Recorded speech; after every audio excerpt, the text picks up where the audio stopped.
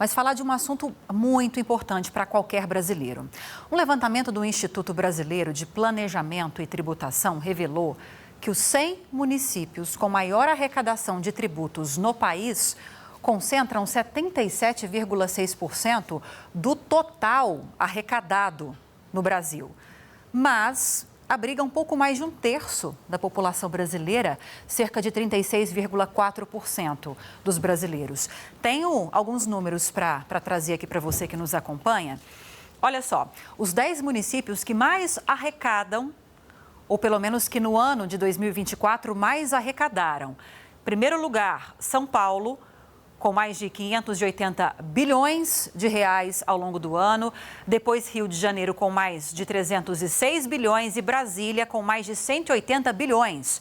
Na sequência, vamos para Belo Horizonte, depois Osasco, aqui em São Paulo, Curitiba, no Paraná, Barueri, também aqui em São Paulo, Porto Alegre, no Rio Grande do Sul, Itajaí, em Santa Catarina e Campinas, em São Paulo, com 26 bilhões de reais. As maiores arrecadações ao longo de 2024. Tenho mais alguns detalhes, inclusive, para você acompanhar aqui. Olha só, agora eu vou destacar para você os 15 municípios com maior arrecadação per capita. Em primeiro lugar, nesse caso, Barueri, com R$ 110.467,92.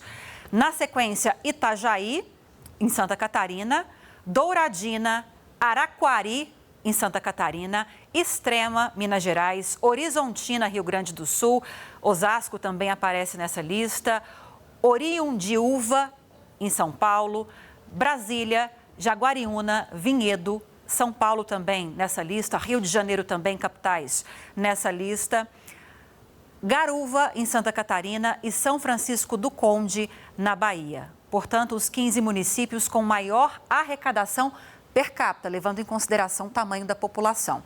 Tenho mais destaques para você desse levantamento do Instituto Brasileiro de Planejamento e Tributação.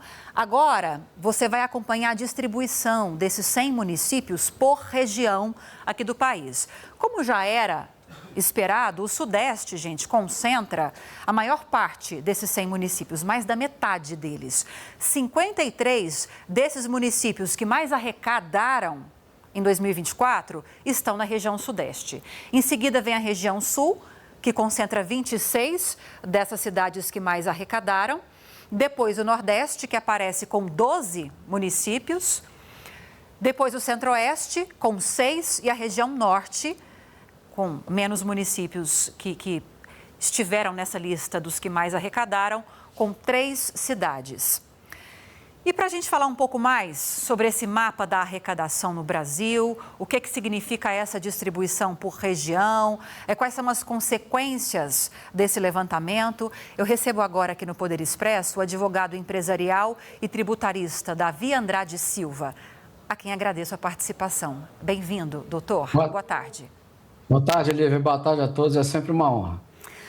Doutor Davi, eu queria que o senhor começasse explicando um pouquinho dessa relação das duas primeiras telas que nós mostramos aqui. Acredito que o senhor tenha conseguido acompanhar aqui comigo.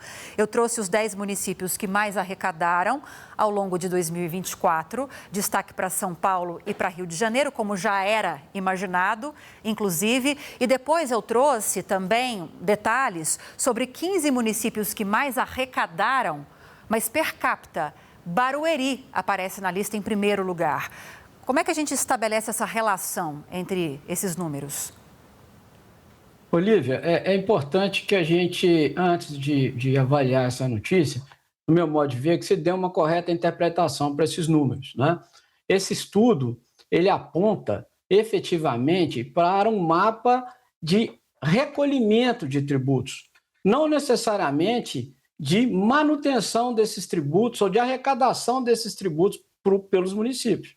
É um mapa geográfico do recolhimento de tributos, porque é no município onde a atividade econômica acontece, né? Onde estão as empresas, onde estão as pessoas, os cidadãos, enfim, é no município que a atividade econômica se consolida. Esse estudo, ele aponta para um mapa geográfico, quer dizer, quais os municípios onde os tributos são mais recolhidos. Quando nós falamos de arrecadação, pensando na carga tributária brasileira, 66% de tudo que se arrecada no país vai para a União. Então, o município arrecada, porque, claro, a atividade econômica acontece lá, mas o tributo efetivamente não fica no município, vai para a União, em grande parte. Né? Para se ter uma ideia dessa carga tributária brasileira, algo em torno de 66% dessa partilha é da União, 26% dos estados, e os municípios ficam com 7,5%, mais ou menos isso. Quer dizer, o município é o primo pobre dessa arrecadação tributária brasileira, né? Então, esse estudo, ele dá o mapa da concentração da atividade econômica dos 100 maiores municípios brasileiros, na arrecadação per capita, que é um dado importante, mas, se analisado isoladamente, ele pode dar uma impressão errada de que esses municípios ficam com essa arrecadação, o que não é verdade, porque são tributos federais, são tributos estaduais, que na partilha constitucional de receitas, como disse, 66% fica com a União. É um grave problema da nossa matriz tributária, a nossa matriz de arrecadação tributária, uma alta concentração de arrecadação em mãos da União, com pouco, muito pouco, chegando onde deveria chegar, né, Lívia, que é no município. Quer dizer, a receita deveria chegar preponderantemente no município. Muito dessa discussão, inclusive, doutor Davi, aconteceu durante a tramitação da reforma tributária. Inclusive, a gente vai continuar acompanhando essa discussão, pelo menos no primeiro semestre agora de 2026, no Congresso Nacional. E aí há uma discussão sobre até a questão da distribuição desses recursos para essas regiões que não concentram muito dessa arrecadação. E eu trouxe em destaque aqui as regiões que mais arrecadam, pelo menos em nível de arrecadação, que é o que o senhor estava explicando, não em nível de municípios que estão usufruindo exatamente de todo esse recurso. E a gente coloca a região sudeste em primeiro lugar, concentrando a maior parte dos municípios que mais arrecadam, depois vem a região sul, depois nordeste, centro-oeste e, por fim, a região norte.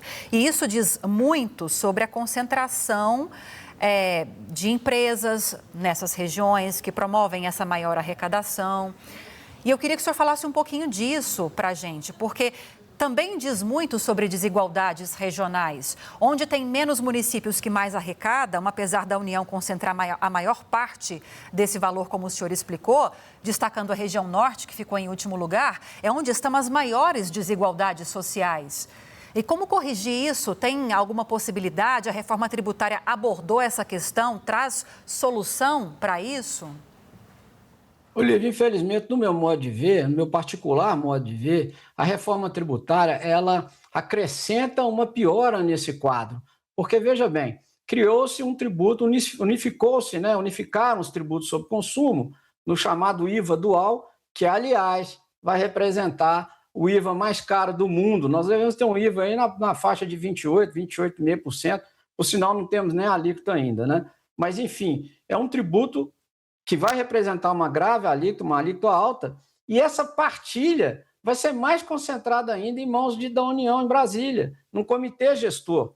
Então, o município que já estava com o Pires na mão nessa partilha vai ter que ir com o Pires com mais cuidado ainda nesse comitê gestor. Essas negociações vão ser graves e grandes para arrecadar um pouco mais, para receber mais nessa partilha. Porque grande parte, no meu modo de ver, dessas desigualdades regionais se dão exatamente na falta de arrecadação dos municípios. Se o município arrecadasse mais, né, tivesse uma partilha constitucional melhor de suas receitas, poderia promover no município as atividades sociais, empresariais, os incentivos para trazer atividade econômica para ele. Isso não acontece porque na grande maioria dos municípios no Brasil não há recurso suficiente para isso. Não há apoio da União, muito pouco apoio dos estados. Digo aqui, por exemplo, do meu estado, Minas Gerais, são 853 municípios, acho que o número é esse, 853. Grande parte desses municípios estão no norte de Minas, que é muito pobre, né? E não há recurso suficiente nesses municípios para promover isso, que seria um incentivo do município às atividades empresariais, né? A alocação de empresas. Então, quem faz isso, infelizmente, são os grandes municípios, os municípios mais ricos, né, que atraem para si, dando incentivo, dando condições para as empresas lá se instalarem. Então, a reforma tributária, meu modo de ver, ela não resolve esse problema, aliás, ela acrescenta alguns patamares a mais, no meu modo de ver, nessa questão da partilha constitucional, que afeta totalmente essa desigualdade regional, que deu, na verdade, luz, né, a esse estudo, né? Agora, para a gente fechar, doutor Davi, vou repetir algumas das cidades que mais arrecadaram aqui, das 10, São Paulo, Rio, Brasília, Belo Horizonte, Osasco. Coloquei as 5 que mais arrecadaram. E aí eu queria falar um pouco do agro, porque a gente está falando de um setor que tem uma participação muito expressiva no PIB brasileiro. A gente está falando de algo em torno de 20%, 25%, que em isenções tributárias alcançou quase 150 bilhões de reais anualmente. E quando a gente olha para essas regiões que mais arrecadam, onde há muita concentração de indústrias, de empresas, de comércios, não necessariamente há uma concentração da atividade agropecuária. Talvez seria uma forma de dizer que esse levantamento reforça a tese de que o agro tem pagado, vamos colocar assim, menos impostos do que deveria aqui no Brasil? É uma boa leitura, Lívia, uma leitura interessante e inteligente. Inclusive, a União, o governo federal, tem batido nisso, né? Na quebra das isenções fiscais, na diminuição dessas renúncias fiscais em relação às atividades econômicas. Em relação ao agro, o agro é um setor subsidiado no mundo inteiro. No mundo inteiro, o agro é subsidiado. E no Brasil não poderia ser diferente. Tanto deveria ser subsidiado, no meu modo de ver, porque o agro hoje colabora. É a grande locomotiva da economia brasileira em termos de geração de emprego e geração de receitas de exportação. Então, o agro é muito importante como locomotiva e que traz a reboque outros setores, o setor de serviços, o setor de indústria. E o agro é um setor tão visceral, tão importante nas economias, que ele é, de fato, podemos ver isso no mundo inteiro, é um setor subsidiado. Então, eu não creio que... eu acho que é muito inteligente esse argumento, é correto, mas eu acho que pesar em relação ao agro a base da arrecadação tributária no país pelas isenções que ele representa, ou ele traz, ou ele se beneficia, no meu modo de ver, em se tratando do agro, não seria uma leitura correta, porque tem que ser mesmo, no meu modo de ver, tem que ser mesmo uma atividade subsidiada pelo Estado. Queria agradecer a sua participação, doutor Davi Andrade Silva, advogado empresarial e tributarista. Muito obrigada e até a próxima. Bom fim de semana, doutor. Para você também, para todos que nos acompanham, um forte abraço.